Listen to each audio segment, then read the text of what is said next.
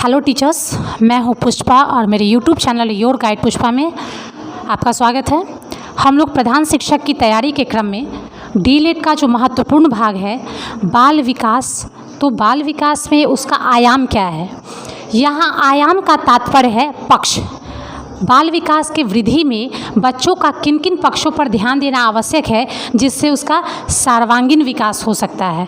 तो हम लोग का आज का टॉपिक यही है कि बाल विकास के विभिन्न आयाम क्या है और उन आयामों का डिटेल में हम लोग स्टडी करेंगे। तो चलिए स्टार्ट करते हैं ऑन बोर्ड। चैप्टर का नाम है वृद्धि एवं विकास के आयाम। तो वृद्धि एवं विकास के आयाम से तात्पर्य विकास के उन पक्षों से है जिनमें व्यक्ति का सर्वांगीण विकास होता है। सर्वांगीण विकास होता है का अर्थ क्या होता है? यहाँ पे सर्वांगीण मतलब ओवरऑल शारीरिक, मानसिक, सामाजिक, नैतिक, सृजनात्मक, संवेगात्मक सब कुछ। और आयाम का अर्थ क्या समझिएगा आप? आयाम का अर्थ होता है पक्ष। आयाम का अर्थ क्या होता है? पक्ष। जब पक्षों का अध्ययन किया जाता है बालक के विकास के लिए, उसके ग्रोथ के लिए अलग अलग पक्षों का अध्ययन किया जाता है तो उसको बोलते हैं आयाम। आयाम इज इक्वल टू पक्ष मान सकते हैं। तो क्या क्या आयाम है इसको एक चार्ट में मैं ऐसे बनाई हुई हूँ, सो देख लीजिए। वृत्त चार्ट आपका बना हुआ है। विकास के आयाम, पहला है शारीरिक विकास। बच्चे का शारीरिक विकास किस तरह से होता है। दूसरा आता है संज्ञानात्मक विकास, है ना, उसके बुद्धि से संबंधित। तीसरा है सामाजिक विकास, समाज में किस तरह से अपने आप को ढालता है। चौथा है भाषाई विकास, है ना, लैंग्वेज डेवलपमेंट। फिफ्थ है संवेगात्मक विकास और 6 नंबर है नैतिक विकास। तो ये 6 विकास जो है प्रमुख है और यही 6 का डिटेल में हम लोग का पढ़ना है। अब हम लोग जानते हैं कि हर एक उम्र पे जैसे बच्चा, जब बाल विकास हम चैप्टर पढ़ाए हैं, इससे पहले जो वीडियो हम बनाए हुए हैं बाल्यावस्था, शैशवावस्था, उसमें किस किस तरह से बच्चों में परिवर्तन होता है, उसके शारीरिक विकास में क्या परिवर्तन होता है, उसके संज्ञानात्मक विकास में क्या अंतर पड़ता है, भाषा का विकास बच्चा कैसे करता है और किस अवस्था में किस प्रकार भाषा में परिवर्तन होता है, ये चीज़ देखते हैं। तो इस पर एक अलग वीडियो बना हुआ है, आप चाहें तो उसको देख सकते हैं। सर्च कर लीजिएगा मेरे योर गाइड पुष्पा चैनल में जाकर आप सर्च कीजिएगा कि कौन सा टॉपिक आपको चाहिए तो आपको मिल जाएगा। और इसी का एक तरह से हम लोग शॉर्ट डिटेलिंग यहाँ पर दिया हुआ है। तो हर एक उम्र का हम वहाँ बता चुके हैं, हम उम्र वाइज नहीं है। इस तरह से देखते हैं शारीरिक विकास यानी कि फिजिकल डेवलपमेंट। शारीरिक विकास कहने का अर्थ क्या समझते हैं? जो शरीर से संबंधित हो, यानी बच्चे की यदि लंबाई में वृद्धि हो रही है, बच्चा चौड़ा हो रहा है, यानी कि शारीरिक अनुपात में यदि वृद्धि हो रही है तो उसको शारीरिक विकास कहते हैं। और हम जानते हैं कि बच्चे का जो विकास होता है वो क्या होता है, शरीर यदि मजबूत रहेगा तो अधिगम भी बच्चा अच्छे से कर पाएगा। शारीरिक जो प्रसन्नता, शारीरिक जो उसका मजबूती होता है उसके अधिगम को भी आसान बनाता है। पहला पॉइंट आता है शरीर के बाह्य एवं आंतरिक अंगों का विकास। तो क्या यहाँ विकास सिर्फ बाहरी अंगों का नहीं, आंतरिक अंगों का भी। यदि एक बच्चा छोटा रहता है या माँ के गर्भ में रहने के साथ ही उसका विकास प्रारंभ होना शुरू हो जाता है, उसकी वृद्धि होना प्रारंभ हो जाती है। यदि बच्चा माँ के गर्भ में है तो उसका कान का साइज छोटा है, उसके हृदय का आकार छोटा है, उसके उंगलियाँ छोटी है, लेकिन जैसे जैसे बच्चा बड़ा होता है उसका आकार भी बड़ा होता है, उसके आंतरिक अंगों का भी विकास होता है। जैसे एक 2 साल के बच्चा का आंत का साइज, स्मॉल इंटेस्टाइन की साइज छोटी है, लेकिन जैसे जैसे वो विकास करता है बड़ा होता है। यहाँ पर आपको हम पहले चैप्टर में बता चुके हैं, जब शैशवावस्था पढ़ा रहे थे तो वहाँ पे हम आपको बताए हुए हैं कि बालक की तुलना में बालिका का जो हाइट होता है वो कम होता है। बालिका का हाइट कम होता है बालकों की तुलना में। लड़के ज़्यादा लंबे, जन्म के समय बालकों का हाइट ज़्यादा होता है। तो शारीरिक जो लंबाई है वो भी हर एक उम्र के साथ अलग अलग होती है। बाह्य परिवर्तन जैसे ऊंचाई एवं मोटापा में वृद्धि होता है। व्यक्तित्व, तीसरा पॉइंट आता है व्यक्तित्व के उचित समायोजन में महत्वपूर्ण भूमिका निभाता है। यदि व्यक्ति शारीरिक रूप से मजबूत है, अच्छा हाइट का है, तो उसका व्यक्तित्व, पर्सनालिटी भी उसका निखरता है, उसे अपने आप पर गर्व महसूस होता है और हर एक काम वो दृढ़तापूर्वक और बहुत खुशी, प्रसन्नता के साथ करता है। लेकिन उसका आत्म विकास कमज़ोर पड़ जाता है यदि उसका हाइट छोटा है, वो बहुत ज़्यादा मोटा है ना। तो ये सारी चीज़ें, या कुरूपता जैसा चीज़ है, या कहे कि उसका कान टेढ़ा हो गया, आँख टेढ़े हो गए, तो ये सब शारीरिक विकास में आता है और ये बच्चों के व्यक्तित्व विकास में भी महत्वपूर्ण भूमिका निभाता है। अब शारीरिक विकास में हम लोग देखते हैं कि बच्चा का शारीरिक विकास कब अच्छे से होगा, जब वो पौष्टिक आहार लेगा और पर्याप्त व्यायाम करता है। व्यायाम करने से बच्चे का शरीर मजबूत आएगा, उसमें स्फूर्ति आएगी और अधिगम की ओर प्रेरित भी होगा, है ना। तो पौष्टिक आहार और शारीरिक व्यायाम जो है ये दो प्रमुख तत्व है जो बच्चे का शारीरिक विकास को मजबूत करता है। दूसरा आता है संज्ञानात्मक विकास, है ना, जिसको हम लोग कहते हैं कॉग्निटिव डेवलपमेंट या फिर मेंटल डेवलपमेंट। अब मेंटल डेवलपमेंट का क्या बात है? संज्ञानात्मक विकास का अर्थ होता है बच्चे में चिंतन कौशल, सोचने समझने की क्षमता, इन सब चीज़ों का जब विकास होता है, इन सब चीज़ों के मामले में बच्चा जब अलग अलग उम्र के पास शुरू करता है तो उस पर बोध होना शुरू हो जाता है। जैसे मानसिक योग्यताओं एवं क्षमताओं में वृद्धि से है। संज्ञानात्मक विकास का अर्थ क्या है?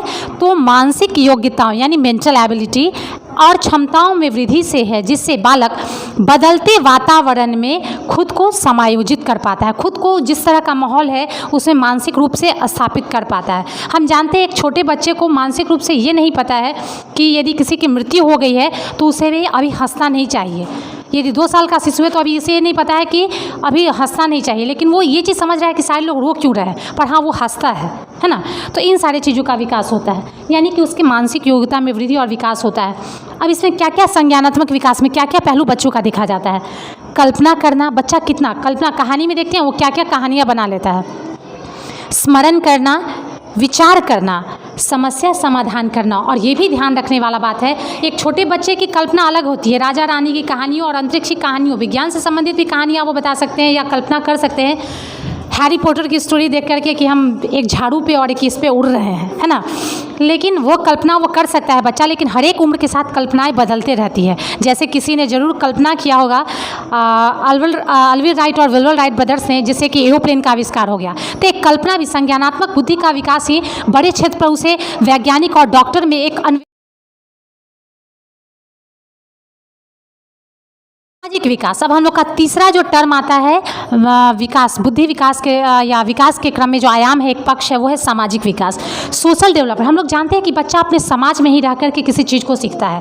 अब वो यदि अच्छे और विकासशील समाज में रह रहा है, प्रेरणादायी समाज में रहता है तो वो समाज के लिए उपयोगी कार्य करता है जन के साथ ही, और अलग अलग उम्र में उसके समाज का अलग अलग प्रभाव उससे पड़ता है। जैसे यदि वो कॉलेज के समय बच्चा जाता है तो उसमें उसी तरह से फैशन करना, स्टाइलिंग करना, है ना, गाड़ियों का स्टंट करना, ये सारी चीज़ें उसमें आती हैं। लेकिन यदि बाल्यावस्था में है तो बाल्यावस्था में अच्छा ड्रेस पहनना, पढ़ाई करना, पढ़ाई की काफ़ी तेज़ गति देना, किसी वस्तु को खरीदना, नए खिलौनों को खरीदना, इस तरह के उसमें विचार आते रहते हैं। तो ये होता है सामाजिक विकास। जिस तरह के समाज में रहता है वो उस तरह का उसका विचार बनता है।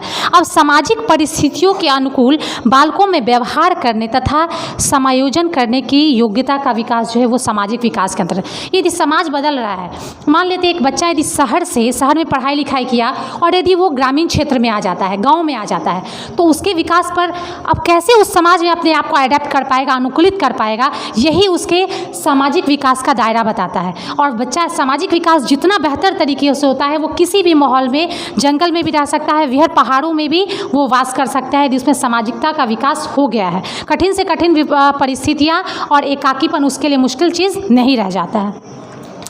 तो ये सामाजिक विकास में क्या होता है, मुख्य रूप से बात क्या आया कि अपने आप को समाज में वो अनुकूलित कर पाए, समायोजित कर पाने का जो है ना, इसके अंतर्गत हम लोग सामाजिक विकास के अंतर्गत अध्ययन करते हैं।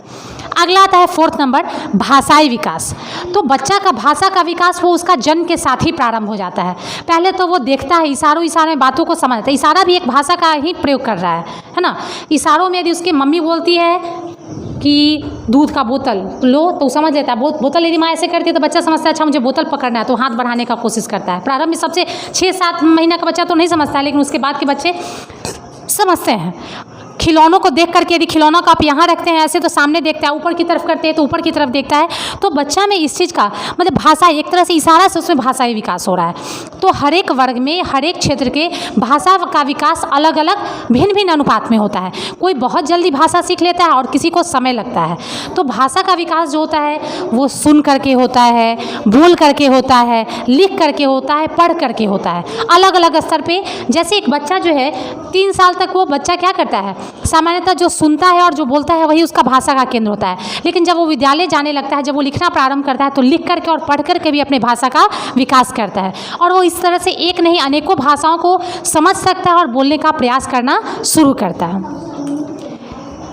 अगला है संवेगात्मक विकास। फिफ्थ पॉइंट, संवेगात्मक विकास। बच्चों का जो आयाम का एक पक्ष है, बच्चों में संवेगात्मक विकास होना भी नितांत जरूरी है। नहीं तो यदि ऐसा नहीं होता है तो किसी व्यक्ति के चोट लगने, कटने फटने पर उसे दर्द की अनुभूति नहीं होगी, है ना, उसमें ये अनुभूति नहीं, किसी नए चीज़ के मिलने पर उसे खुशी नहीं होगी। तो ये चीज़ एक टीचर को भी ध्यान रखना जरूरी होता है और एक माता पिता को भी ध्यान रखना है, बहुत अनिवार्य है कि जो हमारा बच्चा है, हमारा जो बालक है, वह सही ढंग से संवेगात्मक गति को, विकास को प्राप्त कर रहा है नहीं। यानी किसी के तकलीफ होने पर उसे पीड़ा पहुँच रही है, यदि कुछ नया खरीद रहा है, कुछ नए चीज़, यदि हमारा देश यदि किसी चीज़ में तरक्की कर रहा है तो उसमें, और हर एक स्तर पे अलग अलग, किशोरावस्था में क्रिकेट मैच में देखते हैं कि यदि इंडिया जीतता है तो कितना किशोरों में जोश आ जाता है, क्या हमारा इंडिया जीत रहा है, उतना ही प्रसन्नता आता है। लेकिन इंडिया के हारने पर उनमें इतना ही क्रोध का भावना आ जाता है, उतना ही पीड़ा पहुँचती है शायद जितना एक क्रिकेट के मैदान में खेलने वाले किसी क्रिकेटर को पहुँचती है। तो बिल्कुल उसी तरह से हर एक चीज़ का, यानी उसमें संवेदना का विकास होता है। अब किशोर उम्र में वो लड़कियों की तरफ आकर्षित होते हैं या लड़कों की तरफ आकर्षित होते हैं, तो उनका एक संवेगात्मक विकास का ही पहलू है, इसमें कुछ बुरा नहीं है, बल्कि एक उम्र के उस पड़ाव में आने वाला गुण होता है। अगला आता है परेशानी। उन्हें जीवन में अनेक परेशानियों का सामना करना पड़ेगा और उस परेशानी में बच्चे संवेगात्मक रूप से किस तरह से धैर्यवान रहते हैं, किस प्रकार अपने धीरज को बनाए रखते हैं, प्रसन्नतापूर्वक अपने कार्य को करते हैं, यही उनके संवेगात्मक विकास को निर्धारित करता है। और बच्चे को संवेगात्मक रूप से मजबूत बनाना, ताकि भय, क्रोध, पीड़ा, उत्तेजना की स्थिति में खुद को वो समायोजित कर पाएँ और उसके बीच रहते हुए अपने विकास कर पाएँ, यह संवेगात्मक विकास सिखलाता है, इसमें अध्ययन किया जाता है। अगला टर्म है हम लोग का नैतिक विकास, जिसको कहते हैं मोरल डेवलपमेंट या कैरेक्टर डेवलपमेंट। हम लोग जानते हैं एक बच्चा का नैतिक विकास होना बहुत ज़रूरी है, तभी वह अपने परिवार, समाज या देश में रहने में समर्थ है, अन्यथा वह एक जानवर की तरह व्यवहार करेगा। और नैतिक विकास में जो आता है वह है सामान्य नियमों का ज्ञान, जैसे किसी के आने पर उसका अभिवादन करना, प्रणाम करना, या फिर ऑफिस में है तो उसका हैंडशेक करना, है ना, किसी बड़े को गाली नहीं देना। लेकिन यदि एक बच्चा छोटा रहता है तो उसको नैतिक विकास का ज्ञान नहीं रहता है। 2 से 3 साल तक बच्चे में नैतिक विकास का बहुत ज्ञान नहीं रहता है कि हमको किसके साथ क्या करना है। वो बच्चा खेल खेल में माँ को एक थप्पड़ भी लगा देता है और पिता के बालों को भी खींच लेता है। और यदि 3 साल का बच्चा को यदि आप किसी ट्यूटर के पास रखे हुए तो वो अपने ट्यूटर के गोदी में चढ़ करके खेलता भी है, कूदता भी है ना। तो ये बच्चा का नैतिक विकास शुरुआत में तो नहीं होता, लेकिन जैसे जैसे उम्र का शैशवावस्था से बाल्यावस्था में जाता है, कुछ चीज़ों को वो समझने लगता है कि हाँ, मुझे किसी से मांग करके नहीं खाना है। जहाँ पर वो पहले कोई कुछ दे देता, खा लेता था, लेकिन बाल्यावस्था में जाने पर उसमें ये विकास हो जाता है कि नहीं, मुझे दूसरा कोई कुछ देता है तो उससे लेना नहीं है या छीनना नहीं है, उसकी तरफ लालच से देखना नहीं है, दूसरे के घर जाकर मांगना नहीं है। तो इन चीज़ों का विकास हो जाता है बाल्यावस्था में। किशोरावस्था में वो और परिपक्व हो जाता है, अब दूसरे की तरफ वो देखना भी नहीं चाहता है कि मतलब हाँ, कोई सामान खरीद रहा है, कोई नया गाड़ी खरीद रहा है, तो उसके लिए वो थोड़ा सा खुद को धैर्यवान और नैतिक रूप से लालची नहीं बनता है, लेकिन खुद को कंट्रोल करना सीख जाता है। तो सामान्य नियम है कि यदि कोई 2 आदमी यदि सीढ़ी पर चढ़ रहे हैं तो बड़ों को थोड़ा आगे जाने देते हैं, टक्कर मार करके नहीं आगे बढ़ गए। तो ये छोटे बच्चों में विकास नहीं होता है, लेकिन बड़ों में धीरे धीरे विकास उम्र के अनुसार शुरू हो जाता है। अहम भाव की प्रबलता। अब जैसे जैसे किशोर प्रौढ़ा की तरफ बढ़ते हैं तो किशोर और प्रौढ़ों में अहम भाव बहुत प्रबल होता है। तुमने मुझे ऐसा कह दिया, देख लूँगा, है ना। तो ये चीज़ों की भावना का विकास होता है, वो एक उम्र के अनुसार से निश्चित है आना है, लेकिन वो अहम भाव इतना ना हो जाए कि मार धार या लड़ाई में, गाली गलौज में तब्दील हो जाए। अहम भाव का होना जरूरी है अपने आत्मसम्मान को बनाए रखने के लिए, लेकिन अति होना हर जगह वर्जित है। अगला आता है तो सामान्य नियमों का ज्ञान, अहम भाव की प्रबलता, आज्ञा का पालन। छोटे बच्चे कितना आज्ञा पालन करते हैं, जैसे बाल्यावस्था में बच्चे पानी ले आओ बेटा, पानी ले आते हैं। यदि हमारे प्रोफेसर्स बोलते थे कि आज ये नोट्स मैं चेक करूँगा, आप लोग इसको बना कर लाइए, तो फटाफट नोट्स का तैयार करना है। यदि बोला जाता था कि क्लास से अभी आप लोग बाहर रहिए, तो क्लास से बाहर रहना है। तो ये सब जो है गुणों का विकास होता है ना। जैसे आज्ञा पालन, बच्चे आज्ञा पालन करते हैं। और कार्यफल के प्रति चेतना का विकास। कार्यफल के प्रति चेतना का विकास खुद समझ जाते हैं अब उनके अनुसार से कि यदि हम पढ़ाई करेंगे तो निश्चित है प्रगति करेंगे, यदि हम ढंग से खाना खाएंगे तो मेरा शारीरिक विकास होगा। वो ये समझ जाते हैं कि हम किसी के प्रति बुरा करते हैं तो मेरा भी बुरा होगा। तो ये उनमें नैतिकता का विकास ऑटोमेटिक हो जाता है। और हमें दूसरे के साथ अच्छा करना है, देश का भला करना है, समाज का भला करना है, उसमें ये चीज़ों का विकास, नैतिक विकास हो जाता है। तो इस तरह से आज हम लोग 6 टॉपिक बाल विकास का पढ़ लिए, बाल विकास का आयाम के बारे में। तो बाल विकास का आयाम का टॉपिक था, 6 टॉपिक हम लोग का खत्म हो गया। तो ये वीडियो आपको कैसा लगा और पुराना वीडियो शैशव, बाल्यावस्था, किशोरावस्था का आप मुख्य टॉपिक आप देख लीजिएगा, ताकि मेरा वीडियो जो बनाया हुआ है वो आपको ज़्यादा यहाँ हेल्प करेगा। संभव हो तो समय निकाल कर उसको देखिए, और कैसा एग्ज़ाम की तैयारी ज़ोर शोर से करते रहिए। ठीक है, मिलते हैं नेक्स्ट वीडियो में। चलिए बाय।